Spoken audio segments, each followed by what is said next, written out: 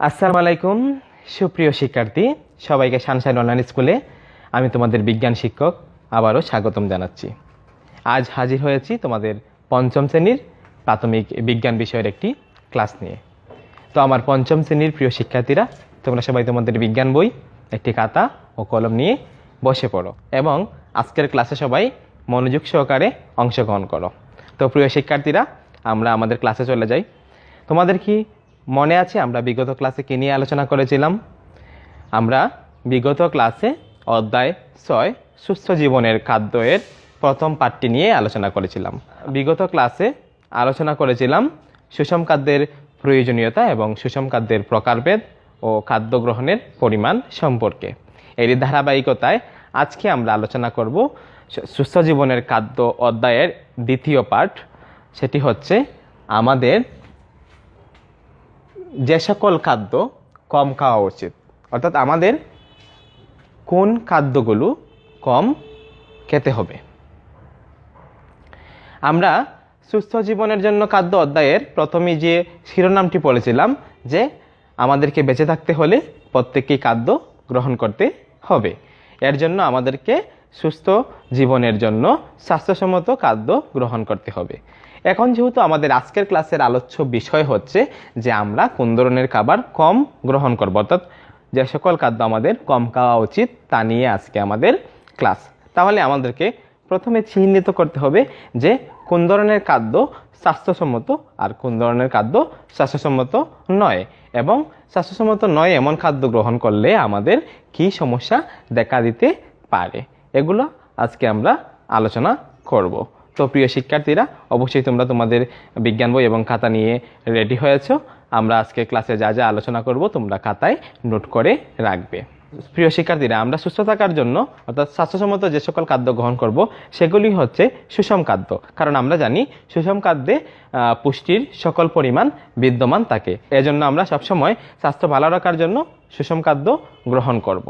এবং এক্ষেত্রে আমাদেরকে আরেকটি কথা মনে রাখতে হবে যে প্রয়োজনের অতিরিক্ত পরিমাণে পুষ্টি থাকে এমন খাবার আমরা সীমিত পরিমাণে গ্রহণ করব, কারণ আমাদের শরীরের প্রয়োজনের অতিরিক্ত পরিমাণের পুষ্টি গ্রহণ করাও শরীরের জন্য উপকারী নয়। এবং আমরা যে সকল খাবার বর্জন করব বা আমাদের কম খাওয়া উচিত সেগুলোর দুইটি প্রকারভেদ আমাদের বইয়ে আলোচনা করেছে, সেগুলো আজকে আমরা আলোচনা করব। প্রথম যে খাদ্যটি নিয়ে আমাদের আলোচনা করা হয়েছে সেটি হচ্ছে কৃত্রিম রং ও রাসায়নিক পদার্থ মেশানো খাদ্য। আমরা জানি খাবারকে লোভনীয় ও আকর্ষণীয় করার জন্য কিছু কিছু খাবারে কৃত্রিম রং মেশানো হয়, যেমন আইসক্রিম, জেলি, মিষ্টি, কেক, চিপস, কোমল পানীয় ইত্যাদিতে কৃত্রিম রং মেশানো হয়। এছাড়াও ফল পাকানোর জন্য বিভিন্ন ধরনের রাসায়নিক পদার্থ যেমন কার্বাইড এবং ফরমালিন মেশানো হয়। কিছু কিছু অসাধু ব্যবসায়ীরা সাধারণত বিভিন্ন খাদ্যে ফরমালিন মিশিয়ে থাকে। আজকে আমরা জানব এসব কৃত্রিম রং ও রাসায়নিক পদার্থ মিশ্রিত খাদ্য গ্রহণের ফলে আমাদের কী কী সমস্যা হতে পারে। এবং আরেকটি খাদ্য হচ্ছে আমাদের জাঙ্ক ফুড। তোমরা অবশ্যই জাঙ্ক ফুডের নাম অনেকেই শুনে থাকবে। জনপ্রিয় জাঙ্ক ফুডগুলোর মধ্যে বার্গার, পিৎজা, চিপস, কোমল পানীয়, ফ্রাইড চিকেন ইত্যাদি হচ্ছে উল্লেখযোগ্য। আজকে আমরা জানবো জাঙ্ক ফুড গ্রহণের ফলে আমাদের কী ধরনের সমস্যা হতে পারে। এর আগে আমি তোমাদেরকে এসব কিছু খাবারের ছবি দেখিয়ে এনেছি, সবাই একটু মনোযোগ সহকারে দেখো। আশা করি তোমরা সবাই এই ছবিগুলো চিনো, এই খাবারগুলো চিনো। তারপরেও আমি ক্লাসের সুবিধার্থে এই ছবিগুলো তোমাদেরকে দেখাচ্ছি। দেখো, এখানে আমরা পিৎজা, বার্গার, তাছাড়া আইসক্রিম, চকলেট, বিভিন্ন ধরনের খাবার দেখতে পাচ্ছি। এবং পাশে আমরা আরেকটি ছবি দেখতে পাচ্ছি যে অতিরিক্ত জাঙ্ক ফুড খাওয়ার ফলে কি পরিমাণে একটি ছেলে মুটিয়ে গিয়েছে। তার মানে আমরা অবশ্যই বুঝতে পারছি যে আমাদেরকে জাঙ্ক ফুড এবং কৃত্রিম রং মেশানো খাদ্য পরিহার করতে হবে। তো চলো প্রিয় শিক্ষার্থীরা, এখন আমরা বিস্তারিত আলোচনা করব। আমাদের বোর্ডে আগে থেকেই লেখা আছে, তোমরা সবাই নোট করে রাখবে কি যে কৃত্রিম রং ও রাসায়নিক পদার্থ মেশানো খাদ্য। আমি আগেই বলেছি যে মিষ্টি, jelly, chocolate, cake, ice cream, chips, কোমল পানীয় ইত্যাদি হচ্ছে আমাদের কৃত্রিম রং ও রাসায়নিক পদার্থ মেশানো খাদ্য। এসব খাদ্য আমরা কেন পরিহার করব দেখো প্রিয় শিক্ষার্থীরা।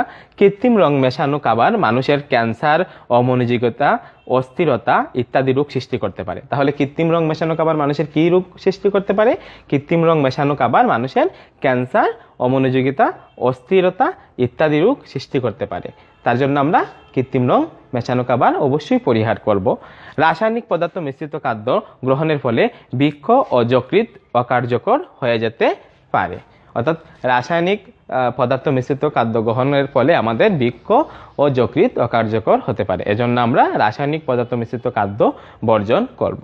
তাহলে তোমরা নিশ্চয়ই বুঝতে পারছো আমাদের কী ধরনের খাবার কম খাওয়া উচিত। অবশ্যই আমাদের কৃত্রিম রং ও রাসায়নিক পদার্থ মেশানো খাবার আমাদের কম খাওয়া উচিত বা প্রয়োজনে বর্জন করা উচিত। এখন জেনে নিই আমরা জাঙ্ক ফুড সম্পর্কে। Burger, pizza, fried chicken, chips, কোমল পানীয় ইত্যাদি হচ্ছে জনপ্রিয় জাঙ্ক ফুডের নাম। এগুলো খেতে সুস্বাদু হলেও এগুলো সুষম খাদ্য নয়। এগুলিতে অতিরিক্ত পরিমাণে লবণ এবং চর্বি জাতীয় পদার্থ থাকে, যা আমাদের শরীরের জন্য খুব একটা প্রয়োজনীয় নয়। এজন্য আমরা অবশ্যই জাঙ্ক ফুড পরিহার করব। এবং জাঙ্ক ফুড খেলে আমাদের কী ধরনের সমস্যা হতে পারে? জাঙ্ক ফুড খেলে সাধারণ খাবারের বদলে যদি আমরা জাঙ্ক ফুড গ্রহণ করি তাহলে আমাদের পুষ্টিহীনতা, অতিরিক্ত ওজন বৃদ্ধি বা মোটা হয়ে যাওয়ার সমস্যা হতে পারে। তাই আমরা অবশ্যই জাঙ্ক ফুড কী করব? পরিহার করব। তো প্রিয় শিক্ষার্থীরা, আশা করি তোমরা সবাই আজকের ক্লাসের আলোচনার মাধ্যমে অবশ্যই তোমাদের ধারণা হয়েছে যে আমাদের কী ধরনের খাবার কম খাওয়া উচিত। তো প্রিয় শিক্ষার্থীরা, তোমরা নিশ্চয়ই বুঝতে পেরেছো আজকের ক্লাস থেকে আমাদের কোন ধরনের খাবার গ্রহণ করা উচিত এবং কোন ধরনের খাবার গ্রহণ করা উচিত নয়। আশা করি তোমরা সে অনুযায়ী চলাফেরা করবে এবং খাবার গ্রহণ করবে। আজকের ক্লাস এই পর্যন্তই।